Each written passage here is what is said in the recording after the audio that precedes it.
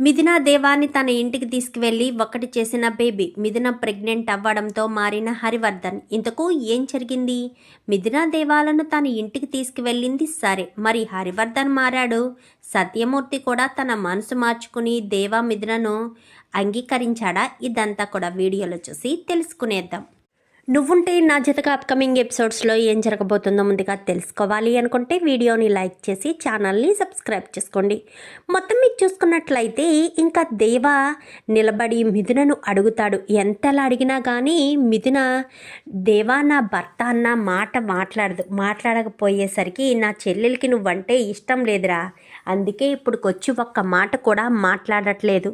లేదంటే నా చెల్లెలు నిన్ను ఇష్టపడేదే అయితే ఎప్పుడో మాట్లాడేది కదా అంటూ రాహుల్ మాట్లాడేసరికి ఆ తాళి తీసి వాడి మొహం మీద కొట్టి, ఇంకా జన్మలో నీ మొహం నాకు చూపించకు అని చెప్పు మిథున దేవాగాడి పీడ వదిలిపోతుంది. చక్కగా నువ్వు రిషిని పెళ్లి చేసుకుని సంతోషంగా ఉండొచ్చు అని చెప్పి ఇంకా అక్కడ త్రిపుర మాట్లాడుతూ ఉంటుంది. ఎంత మాట్లాడినా ఏం మాట్లాడినా మిథున మాత్రం అస్సలు మాట్లాడదు. ఇంత మాట్లాడుతున్నా నా చెల్లెలు మాట్లాడడం లేదంటే తనకు ఇష్టం లేదనే కదా, ఇంకా ఏంట్రా చూస్తున్నావు, వెళ్ళిక్కడి నుంచి అని చెప్పనేసరికి మిథున వంక చూస్తూ 2 అడుగులు కిందకి వేసేసరికి దేవా అంటూ ముందుకొస్తుంది. మా ఇద్దరిని కలిపింది ఆ భగవంతుడు. ఆ శివపార్వతుల సన్నిధిలోనే మా పెళ్ళి జరిగింది. ఎప్పటికీ నేను దేవాని వదులుకోలేను. దేవా నుంచి నేను దూరం అయ్యింది కేవలం దేవా నన్ను ఆ ఇంటి నుంచి పంపించేశాడని కాదు, దేవా నన్ను ఎందుకు దూరం పెడుతున్నాడో అర్థం కాని పరిస్థితిలో. కానీ ఈరోజు నాకు అర్థమైంది, మా నాన్నకు మాట ఇవ్వడం వల్లే దేవా నన్ను వదులుకున్నాడని అంటూ ఇంకా మిథున మాట్లాడి నన్ను మాత్రం ఎవరూ అడ్డుకోవద్దు, నేను దేవాతోటే బ్రతుకుతాను, దేవాతోటే ఉంటాను, నన్ను ఆపాలని ఎవరూ ప్రయత్నించొద్దు, దయచేసి నన్ను క్షమించు రిషి, ఇన్ని రోజులు నీకు ఈ నిజం చెప్పలేకపోయాను, దేవాయే నా భర్త, నా మెడలో తాళి కట్టింది దేవాయే అన్న విషయం చెప్పి ఇంకా దేవాను కాస్త హత్తుకుంటుంది మిథున. హత్తుకునేసరికి పదదేవ మనం బయలుదేరదాము అని చెప్పి ఇంకా మిథున దేవాలిద్దరూ కూడా సరాసరి సత్యమూర్తి వాళ్ళు ఎక్కడైతే ఉన్నారో ఆ పెళ్లి పందిరి దగ్గరికి వచ్చేస్తారు. ఇద్దరు కలిసి రావడం చూసి నేను అనుకున్నంత జరిగింది. దేవా కనిపించట్లేదంటే ఇంకెక్కడికి వెళ్తాడు? ఆ మిథున మేడం దగ్గరికే వెళ్ళాడు అనుకున్నాను, మిథున మేడంని వెంట పెట్టుకుని వచ్చాడు అని చెప్పనేసరికి మాటలు మర్యాదగా రానివ్వదున, మిథున మెడలో నేను తాళి కట్టాను అనగానే ఇంకా సత్యం వస్తే చెంప పగలకొట్టి, అసలు ఏం చేస్తున్నావు, నీకేమన్నా అర్థమవుతుందా చిన్నబ్బాయి, నువ్వు మిథునను ఇష్టపడ్డవాడివైతే మరి ఎందుకు భానుని పెళ్లి చేసుకుంటానని మాటిచ్చావు? భానుని పెళ్లి చేసుకుంటానని మాటిచ్చి పెళ్లిపీటల వరకు తీసుకొచ్చి పెళ్లిపీటల మీద నీ కోసం ఎదురు చేస్తున్న ఆడపిల్లని వదిలి నువ్వు తాళి కట్టిన నీ భార్యను తెచ్చుకోవడానికి అనగానే నా మనసు చంపుకొని నేను భానుని పెళ్లి చేసుకోవడానికి సిద్ధపడ్డాను. భానుని పెళ్లి చేసుకోవడం నాకు ఇష్టం లేదు. మొదటి నుంచి నేను అదే విషయం చెప్తున్నాను. ఎవరూ నా మాట వినిపించుకోలేదు. ఎవరికి వాళ్ళు నేను ప్రాణాలు తీసుకుంటాను అంటూ నన్ను బెదిరించే వాళ్ళే. నా మనసుతో నా ప్రాణంతో ఎవరికీ సంబంధం లేదా? నాకు అసలు ఈ పెళ్ళి ఇష్టమా కాదా అనేది కూడా లేదు. నేనేదో అక్కడ ఆవేశంలో భానుని పెళ్లి చేసుకుంటాను అని నేను ఒక్క మాట అన్నానో లేదో ఆ మాటను పట్టుకుని సరాసరి తాంబూలాలు తీసుకుని వచ్చేసింది. నన్ను అడగడం చేయడం ఇంకేమీ లేదు. నేను అక్కడ చెప్పాను ఆల్రెడీ, నేను మిథున కోసమే అలా చెప్పాను అని. అప్పుడైనా అర్థం చేసుకోవడం మానేసి అవకాశం దొరికింది కదా అని కృష్ణాలు పోసుకొని ప్రాణాలు తీసుకోవడానికి ప్రయత్నించి నన్ను దక్కించుకోవాలనుకున్నావా? నా మనసులో నువ్వు లేనప్పుడు నేను పెళ్లి చేసుకుంటానని ఎలా అనుకున్నావు భాను? నీకు మొదటి నుంచి చెప్తున్నాను, నీ మీద నాకు ఎలాంటి ఉద్దేశం లేదని. అది నువ్వే అర్థం చేసుకోకుండా నా మీద ప్రేమను పెంచుకుంటే దానికి నేనేం చేయాలి అంటూ మాట్లాడేసరికి, ఏంట్రా ఎంతమంది ఆడపిల్లల జీవితాలతో ఆడుకుంటావరా? ముందు మిథున మెడలో తాళి కట్టావు, తర్వాత భానుని పెళ్లి చేసుకుంటానన్నావు, మిథునను మధ్యలోనే వదిలేసావు, భానుతో పెళ్లి పీటల వరకు వచ్చింది, ఇప్పుడు మిథున కావాలి అని చెయ్యి పట్టుకుని మరీ అక్కడ జరుగుతున్న పెళ్లిలోంచి తీసుకొచ్చేసావు. ఇప్పుడు ఈ అమ్మాయి ఇక్కడ ఒంటరిదైపోయి పెళ్లి పీటల వరకు వచ్చి ఒక ఆడపిల్ల పెళ్లి ఆగిపోతే ఆ అమ్మాయి భవిష్యత్తు ఏమవుతుందని ఆలోచించావా? అదేమీ ఆలోచించకుండా నీ ఇష్టానుసారానికి నీకు నచ్చినట్టు చేస్తున్నావు అంటూ ఇంకా తిట్టేసరికి ఇంకా ఏం మాట్లాడాలో అర్థం కాక, నన్ను క్షమించమ్మా, నేను తప్పు చేశాను, మిథునను వదులుకొని తప్పు చేశాను, ఆ రోజు వాళ్ళ నాన్నకి ఇచ్చిన మాట ప్రకారమే మిథునని ఇంట్లోంచి పంపించాలనుకున్నాను, మిథునకు నా మీద కోపం రావాలి అన్న ఉద్దేశంతోనే భానుని పెళ్లి చేసుకోవడానికి సిద్ధపడ్డాను, కానీ మిథున లేకుండా నేను ఉండలేకపోయాను. 2 రోజులు ఏం జరిగింది అన్నారు కదా, నా ప్రాణాల మీదకి వచ్చినప్పుడు నాకు మిథున తప్ప నా అన్నయ్యలు కానీ నా వదినలు కానీ ఎవ్వరూ నాకు గుర్తు రాలేదు. మరి అలాంటిటప్పుడు మిథున మాత్రమే గుర్తుకొచ్చింది. అందుకే మిథునను నేను అంతలా ఇష్టపడుతున్నాను. ఆ రోజే మిథునను నేను అడిగాను, మళ్ళీ మనం ఒకటవుదాం మిథున, నువ్వు లేని జీవితం నాకు శూన్యం మిథున అంటూ నేను ఎంతగానో మిథునకు నచ్చ చెప్పాను. అయినా మిథున నా బాధను అర్థం చేసుకుందో అర్థం చేసుకోలేదో, సమయం మించిపోయిందంటూ చెప్పింది. ఎంతో బాధపడుతూనే నేను ఇంటికి వచ్చాను. ఇంటికి వచ్చిన నన్ను కాలికి ఏమైంది అని కూడా మీరు అడగలేదు. ఎక్కడికి వెళ్ళావు, ఏమైంది, పారిపోయావా అంటూ నిలదీసారే తప్ప నీకేదైనా జరిగిందా, ఎక్కడ ఉన్నావు అన్న మాట ఎవరైనా మాట్లాడారా? ఎవ్వరూ మాట్లాడలేదు. కానీ మిథున మాత్రం నన్ను ఎంతో ప్రేమగా నాకు సేవలు చేసి 2 రోజులు కంటికి రెప్పలా చూసుకుంది. తన ఇంట్లో నన్ను దాచిపెట్టి అంత ప్రేమ ఉన్న మిథునను నేను వదులుకోవడం నాకు ఇష్టం లేకపోయింది. అందుకని మిథునతోనే నేను ఉందామనుకున్నాను. మిథునే నా జీవితం అనుకున్నాను. చివరిసారి మిథునను వదులుకోలేక మిథున కోసం నేను వెళ్ళేసరికి మిథున కూడా తాళి కట్టించుకోకుండా నా కోసం ఎదురు చూస్తున్నట్టు నాకు అనిపించింది అని చెప్పి ఇంకా దేవా కాస్త తన మనసులోని ప్రేమను చెప్పేసేసరికి, మిథునను నేను వదులుకోకూడదు అనుకున్నాను అంటూ ఇంకా దేవా కాస్త మొత్తం చెప్పేసేసరికి, అసలు నువ్వు ఏమనుకుంటున్నావు దేవా? ఏంటమ్మా ఎంత చెప్తున్నా కానీ నీకు అర్థం కావట్లేదా ఏంటి? మిథున అంటే నాకు ఇష్టమని చెప్తుంటే నీకు అస్సలు అర్థం కావట్లేదా అనగానే, ఏంట్రా నాకు అర్థమయ్యేది అంటూ చెంప పగలగొట్టి వెళ్ళిపోరా, ఇంకా నువ్వు నా కొడుకుగా ఉండొద్దు. నా కొడుకు నా జీవితాన్ని, మా ఇద్దరి జీవితాన్ని నిలబెడతాడనుకున్నావు కానీ మా ఇంటి పరువుని తీస్తాడు అనుకోలేదు. రౌడీగా మారి నువ్వు మా ఇంటి పరువుని తీసావు. ఇప్పుడు మళ్ళీ ఒక ఆడపిల్ల జీవితాన్ని పెళ్లిపీటల మీద ఆపి ఉన్న పరువును కూడా తీసావు కదరా. చిచి, ఏ పాపం చేస్తే నువ్వు మా కొడుకుగా పుట్టావురా అంటూ మాట్లాడేసరికి ఎంతగానో బాధపడతాడు. వెళ్ళిపోరా, మళ్ళీ నా ఇంటి గడప తొక్కడానికి వీల్లేదు అనేసరికి ఇంకా మిథున దేవా అక్కడి నుంచి వెళ్ళిపోయి ఇంకా ఇదంతా నా వల్లే కదా దేవా అని చెప్పనగానే, ఏంటి మిథున నీ వల్లేంటి? నిన్ను నేను వదులుకుంటే నా ప్రాణం పోతున్నట్టు అనిపిస్తుంది తెలుసా. నేను భానుని పెళ్లి చేసుకోవాలన్న ఉద్దేశం నాకు లేదసలు. కానీ ఆ రోజు నువ్వు నా మీద కోపంతో ఎవరినైనా పెళ్లి చేసుకుంటావు అన్న ఉద్దేశంతోనే నేనక్కడ నిన్ను రెచ్చగొట్టేటట్టుగా మాట్లాడాను. అంతే తప్ప నాకు నిన్ను వదులుకోవాలన్న ఆశ లేదు. ప్రాణం కంటే ఎక్కువగా ప్రేమించాను మిథున నిన్ను. ఎలా నిన్ను అంత ఈజీగా వదులుకుంటాననుకున్నావు? కానీ తప్పక మనసొప్పక నిన్ను ఇంట్లోంచి వెళ్ళిపోమని చెప్పాను. ఇంటి నుంచి బయటికి వెళ్ళేటప్పుడు నువ్వు ఎంత నరకం అనుభవించావో వెళ్ళమని చెప్పి నువ్వు వెళ్తుంటే నేను అంతే నరకం అనుభవించాను.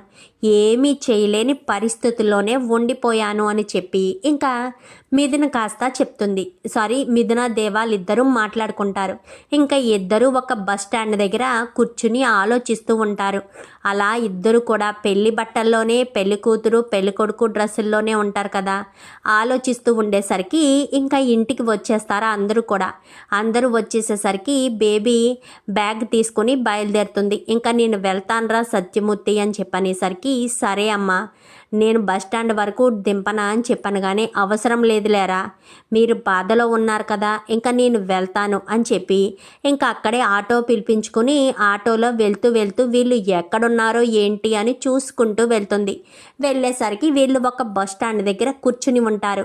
కూర్చుని వెళ్ళేసరికి వాళ్ళ దగ్గర ఆటో ఆపు అని చెప్పాను. కానీ సరేనమ్మా అని చెప్పి వాళ్ళ దగ్గరికి వెళ్ళి రండి ఎక్కండి అని చెప్పాను. కానీ బామ్మ అని చెప్పాను. కానీ ఎక్కమని చెప్పానా అని చెప్పనేసరికి ఇద్దరు కూడా ఆటో ఎక్కుతారు.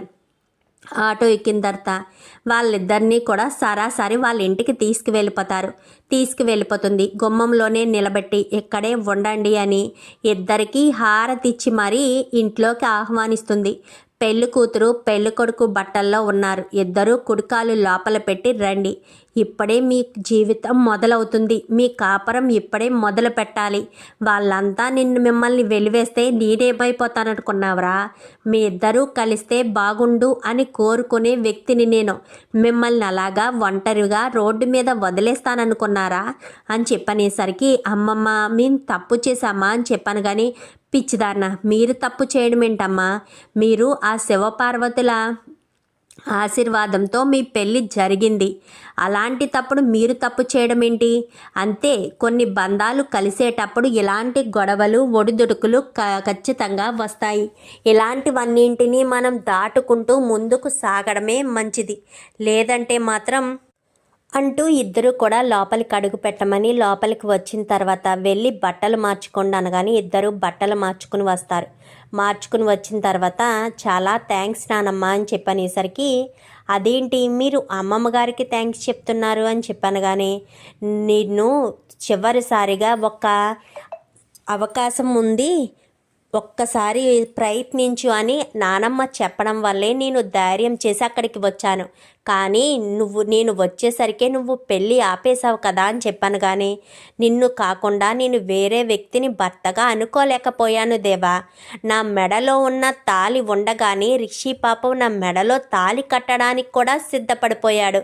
కానీ నాకు నువ్వు తప్ప మరొక వ్యక్తి నన్ను తాకాలన్నా నాకు ఏదోలా అనిపించింది. అందుకోసమని ఏదైతే అదే అయ్యిందని చెప్పి పెళ్ళి ఆపాను. కరెక్ట్గా అదే సమయానికి నువ్వు వచ్చావు అని చెప్పనేసరికి నువ్వు మా నోరు విడిచి చెప్పకపోయేసరికి నీకు నా మీద ఇంకా కోపం పోలేదేమో, నువ్వు రిషినే పెళ్లి చేసుకోవడానికి సిద్ధపడిపోయావేమో అనుకున్నాను మిథున అని చెప్పనేసరికి నిన్ను కాదని వేరే వ్యక్తిని పెళ్ళి ఎలా చేసుకుంటాననుకున్నావు?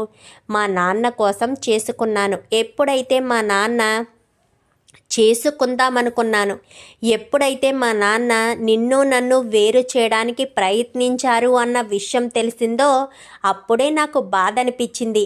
నా సంతోషం కోసం నా సుఖం కోసం చూడని మా నాన్న గురించి నేనెందుకు ఆలోచించాలి? నేనెందుకు మా నాన్న గురించి ఆలోచించి నా ప్రేమను, నా భర్తను, నా తాలిబంధాన్ని దూరం చేసుకోవాలి అని ఆలోచించే ధైర్యం తెచ్చుకుని ఇంకా అక్కడ ఉన్న వాళ్ళందరికీ క్షమాపణ చెప్పి నీతో వచ్చేసాను దేవా. సంతోషమైన సుఖమైన నీతోనే అనగానే నా మనవడు నిన్ను కంటికి రెప్పలా చూసుకుంటాడు మిథున. నీకు ఏ ప్రమాదం రానివ్వడు. నీకు ఎలాంటి కష్టం లేకుండా చూసుకునే బాధ్యత వాడిది. మీ ఇద్దరికీ నేనుంటాను. మీరు ఎంతకాలం కావాలంటే అంతకాలం మీరు ఇక్కడ ఉండొచ్చు. ఎంతమందికి అదృష్టం దక్కుతుంది, మీరిక్కడే ఉండండి అని చెప్పనేసరికి ఎందుకులే బామ్మ నీకు ఇబ్బంది అనగాని ఏంట్రా పిచ్చోడా, నువ్వు నాకు ఇబ్బంది ఏంట్రా? నాకు ఉన్న ముగ్గురు మనవల్లో నువ్వంటేనే ఇష్టంరా. ఆ పెద్దోడా మొద్దులా ఉంటాడు. ఆ రెండోవాడు ఎప్పుడైతే పెళ్లి చేసుకున్నాడో ఆ సూర్యకాంతాన్ని స్వార్థపరుల్లా తయారయ్యాడు. ఇంటిలో ఒక్క రూపాయి ఇవ్వడు. అన్నీ దొంగ మాటలు, దొంగ పనులు. నువ్వు మాత్రమే ఎలాంటి కల్మషం లేకుండా నిజాయితీగా నీతిగా ఉంటావు. అందుకే నువ్వంటే నాకు ఇష్టం రా అని చెప్పి మాట్లాడేసరికి ఇంకా సరే మీరిద్దరూ ఇద్దరు వెళ్ళి టిఫిన్ చెయ్యండి అని చెప్పి లోపలికి పంపిస్తుంది. వెంటనే వాళ్ళ పని వాళ్ళని పిలిచి నాకు పువ్వులు తీసుకొచ్చి మొత్తం మంచమంతా డెకరేషన్ చెయ్యండిరా అని చెప్పనేసరికి సరేనమ్మా అని చెప్పి ఇంకా ఆ రోజు రాత్రికే మిథున దేవాలకైతే మొదటి రాత్రి ఏర్పాటు చేయిస్తుంది. ఇంకా బేబమ్మ అయితే ఇద్దరికి మొదటి రాత్రి ఏర్పాటు చేసేసరికి ఎప్పుడు ఎందుకు అమ్మమ్మ ఇవన్నీను అని చెప్పాను. కానీ ఏమున్నా సరే వాళ్ళు మేము మీ దగ్గరికి వచ్చి మీతో మళ్ళీ కలిసిపోవాలి అంటే మీరిద్దరూ కలిసి ఒక మంచి శుభవార్త చెప్పాలి. అప్పుడే వాళ్ళల్లో ఉన్న కోపాలు తాపాలు అన్నీ తీరిపోతాయి. నువ్వు మీ నాన్నను తాతయ్యని చేసావనుకో వీడు నాన్న కూడా దిగొస్తాడు. అప్పుడు ఇద్దరూ కూడా మిమ్మల్ని ఇంటికి తీసుకెళ్ళి ప్రేమగా చూసుకుంటారు అని చెప్పి ఇంకా బేబమ్మ చెప్తుంది. చెప్పేసేసరికి సరే అని ఇద్దరు కూడా లోపలికి వెళ్తారు. లోపలికి వెళ్ళిన తర్వాత ఇద్దరూ ఇష్టంతోనే ఉన్నారు కదా, మిథున దేవాలిద్దరూ కూడా ఒకటవుతారు. ఇద్దరు ఒకటయ్యేసరికి మరుసటి రోజు ఉదయాన్నే మిథున సిగ్గుపడుతూ బయటికి రావడం చూసిన బేబమ్మ అయితే తెగ సంతోషపడిపోతుంది. మనవడు గటుకుడే అనుకుంటూ ఇంకా ఎంతగానో మురిసిపోతుంది. ఏంటి అమ్మమ్మ నేను సిగ్గుపడాల్సింది పోయి నువ్వు సిగ్గుపడుతున్నావు అని చెప్పాను. కానీ ఏం కాదే మా రోజులు గుర్తొచ్చాయి అని చెప్పాను. కానీ పో అమ్మమ్మ అని చెప్పాను. కానీ వెళ్ళి నీళ్లు పెట్టాను పెరట్లో, వెళ్ళి స్నానం చేసిరా అని చెప్పనేసరికి ఇంకా వెళ్ళి స్నానం చేసి వస్తారు. వచ్చిన తర్వాత దేవా లేవడు. ఏంటి ఇంకా వీడు మొద్దు నిద్రలాగే పడుకున్నాడా అని చెప్పి ఒరే దేవా అంటూ ఇంకా బేబమ్మ వెళ్ళి దేవాన్ని లేపడానికి ఒంటి మీద చేయి వేయడంతో మిథున అనుకుని బేబమ్మ చేతిని పట్టుకుంటారు. ఒరే బడుద్దాయి, నేను నీ పెళ్ళాన్ని కాదురా మీ నానమ్మని అని చెప్పనేసరికి నానమ్మ నువ్వా అని చెప్పాను. కానీ ఏంట్రా తెల్లారిందని తెలియడం లేదా ఏంటి, లేగు వెళ్ళి ఫ్రెష్ అవ్వు, ఇద్దరు గుడికి వెళ్ళి దైవ దర్శనం చేసుకురండి అని చెప్పాను. కానీ అలాగే అని ఇద్దరు కూడా లేచి రెడీ అయ్యి దైవ దర్శనం చేసుకుని ఇద్దరు కూడా వస్తారు. ఇద్దరు కూడా సంతోషంగా ఉండండి. అప్పుడు మీ చేత పూజలు చేయించిన బేబమ్మ గారు ఇప్పుడు మీ ఇద్దరు ఒకటయ్యారు. చాలా సంతోషంగా ఉంది. కలకాలం సంతోషంగా ఉండండి. మంచి శుభవార్తను 3 నెలలు తిరక్క ముందే చెప్పండి అంటూ పంతులు గారు ఇద్దరిని కూడా ఆశీర్వదించిన తర్వాత ఇంకా అక్కడే దేవా ఏదొక పని చేసుకోవాలని అనుకుంటాడు. దేవాకు ఏమొచ్చు, తన చదువుకి తగ్గ ఉద్యోగం ఆ పల్లెటూరులో దొరకదు. ఏం చేయాలో అర్థం కాక ఇంకా అక్కడే ఒక రైస్ మిల్ ఉంటే అకౌంటెంట్ పోస్ట్ ఉందని తెలిసి అక్కడికి వెళ్ళి అడిగేసరికి ఇంకా దేవాకు అక్కడే ఉన్న ఒక రైస్ మిల్లో అకౌంటెంట్ పోస్ట్ అయితే దొరుకుతుంది. ఇంకా దేవా అక్కడే ఉంటూ పని చేసుకుంటూ తీసుకొచ్చి మిథునకి ఇచ్చేసరికి మిథున చాలా సంతోషపడుతుంది. నీ భర్త ప్రయోజకుడిని చేసింది నువ్వే. ఒక రౌడీలా ఉండేవాడు, వాణ్ణి గొప్పగా మార్చి ఒక గొప్ప పొజిషన్లో పెట్టావు. ఇప్పుడు నీ భర్త మంచి కష్టపడి పనిచేసి డబ్బు సంపాదించే స్థితికి వచ్చాడు. ఎప్పటికీ నువ్వు నీ భర్త సంతోషంగా ఉండండి అంటూ బేబమ్మ చెప్పేసరికి కానీ మా నాన్న కూడా క్షమిస్తే బాగున్ను అమ్మమ్మ అని చెప్పాను. కానీ మీ నాన్న క్షమిస్తాడు, మీ మామయ్య క్షమిస్తారు. ఇద్దరు క్షమించాలంటే నువ్వు శుభవార్త చెప్పాలి అని చెప్పాను కదా అని చెప్పనేసరికి అలాగే అని ఇంకా మిథున వంట చేసి దేవాకు క్యారియర్ తీసుకుని పట్టుకెళ్ళి ఇచ్చేసరికి నువ్వెందుకు వచ్చావు మిథున, నేనే ఇంటికి వచ్చేవాడిని కదా అని చెప్పాను. కానీ ఇంత ఎండను మీరు వచ్చి ఇక్కడ కూర్చుని కష్టపడుతున్నారు కదా అందుకే నేనే వచ్చాను అనేసరికి సరే దేవా నువ్వు భోజనం చేసే, నేను కూడా భోజనానికి వెళ్ళొస్తాను అని చెప్పనేసరికి దేవా మిథున కూడా అక్కడే కూర్చుని భోజనాలు చేస్తారు. ఇంకా వీళ్ళ జీవితం చాలా సుఖ సంతోషంగా ఉంటుంది. ఇంకా కొన్ని రోజులు చూసి రిషి కాస్త అమెరికా వెళ్ళిపోతాడు. ఇంక ఇక్కడ సత్యమూర్తి వీళ్ళు అంటే బేబమ్మ తీసుకువెళ్ళింది అన్న విషయం తెలియదు ఎవరికి, తెలియనివ్వరు కూడా. సో అందుకని వాళ్ళు ఎటెళ్ళారో ఏంటో అని శారద బెంగ పెట్టుకుంటుంది. ఇక్కడ లలిత కూడా బెంగ పెట్టుకుంటుంది. బెంగ పెట్టుకునేసరికి ఇంకా బెంగ పెట్టుకుని జ్వరం కూడా వచ్చేస్తుంది లలితకైతే.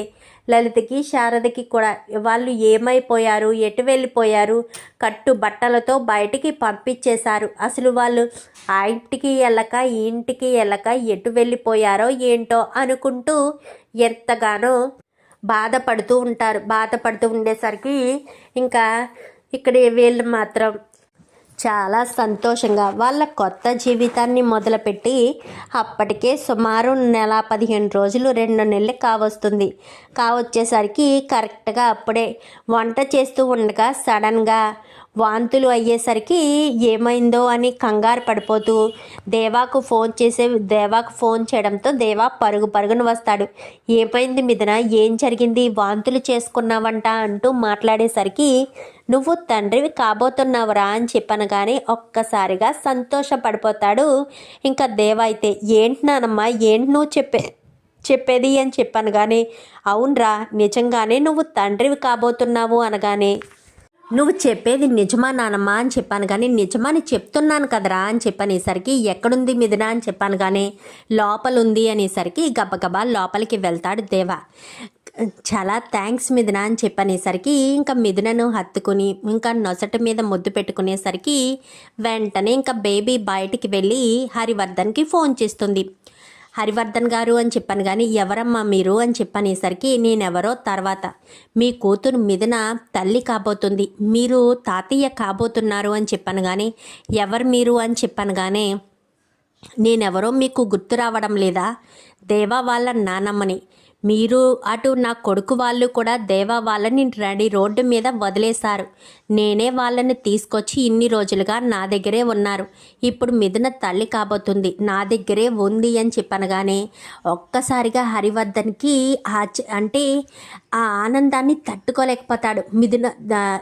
లలిత అనుకుంటూ పరుగున వెళ్ళి మిథున తల్లి కాబోతుంది, నువ్వు అమ్మమ్మ కాబోతున్నావు లలిత అని చెప్పాను కానీ ఏంటండి మిథున వాళ్ళు ఎక్కడున్నారో మీకు తెలుసా అని చెప్పాను కానీ దేవా వాళ్ళ నానమ్మ వాళ్ళ ఇంట్లో ఉన్నారంట అని చెప్పనేసరికి మనం అర్జెంటుగా మిథునను చూడడానికి వెళ్దామండి అని చెప్పాను కానీ నేను వస్తాను నాన్న అంటూ అందరూ బయలుదేరతారు.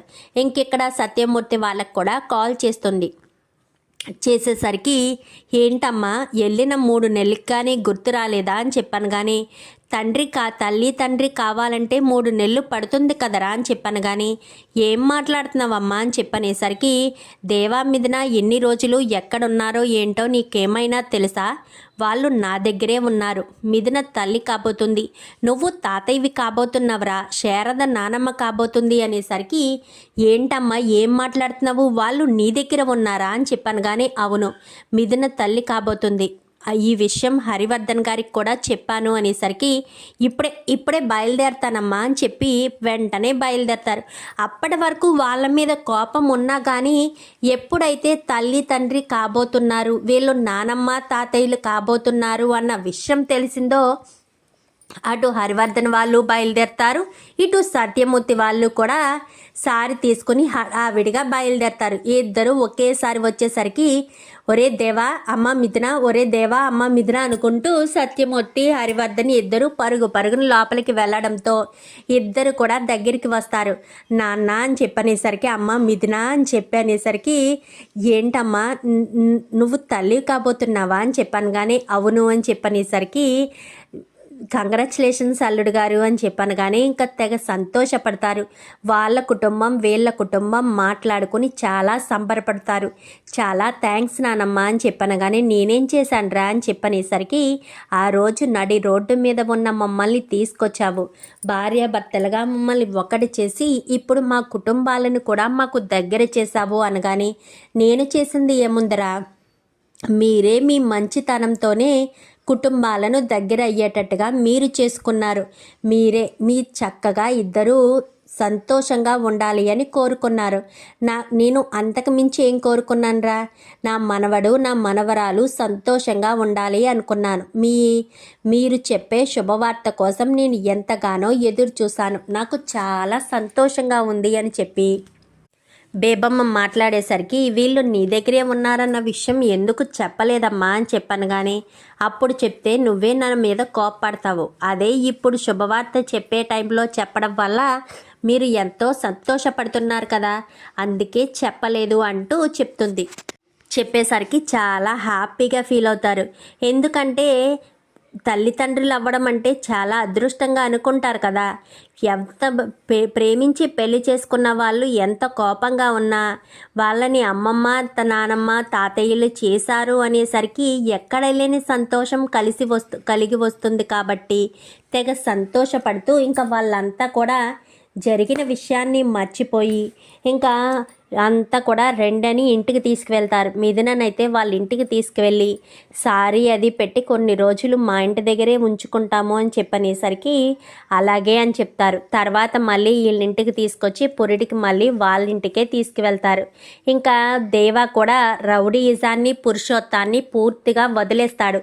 పూర్తిగా రౌడీయిజాన్ని ఎలాగా వాళ్ళ ఇంటి దగ్గర ఉన్నప్పుడు వదిలేశాడు కదా, ఇక్కడికి వచ్చాక కలవడానికి వెళ్తాడు కానీ వెళ్ళి నార్మల్గా మాట్లాడి వచ్చేసేసరికి ఇంకా హరివర్ధను దేవాతో ఒక మంచి బిజినెస్ పెట్టించాలన్న ఉద్దేశంతో మీకు దేని మీదైనా ఇంట్రెస్ట్ ఉందా అల్లుడు గారు అని చెప్పనేసరికి అంటే అని చెప్పాను కానీ మీతో ఒక మంచి బిజినెస్ పెట్టిస్తే మీకు కూడా బాగుంటుంది కదా అని చెప్పాను కానీ నేను జాబ్ చేయాలనుకుంటున్నాను, నేను చదువుకున్న చదివికి జాబ్ చేస్తే నాకు తృప్తిగా ఉంటుంది కదా అని చెప్పాను కానీ సరే అయితే మీరు జాబ్కి ట్రై చేస్తారా లేక నేనే ఎక్కడైనా జాబ్ ఇప్పించనా అని చెప్పనేసరికి ముందు నేను ట్రై చేస్తాను, ఎక్కడా నాకు అవకాశం లేకపోతే ఖచ్చితంగా మీ సహాయం కోరతాను అంటూ ఇంకా చాలా పాజిటివ్గానే మాట్లాడతాడు దేవ. అయితే మాట్లాడేసరికి ఇంకా ఆ కుటుంబం ఈ కుటుంబం ప్రతి దానికి కూడా కలవడం చాలా సంతోషంగా ఉంటారు.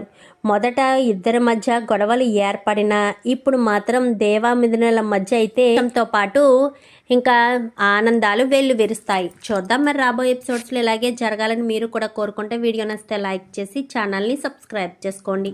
Thank you for watching.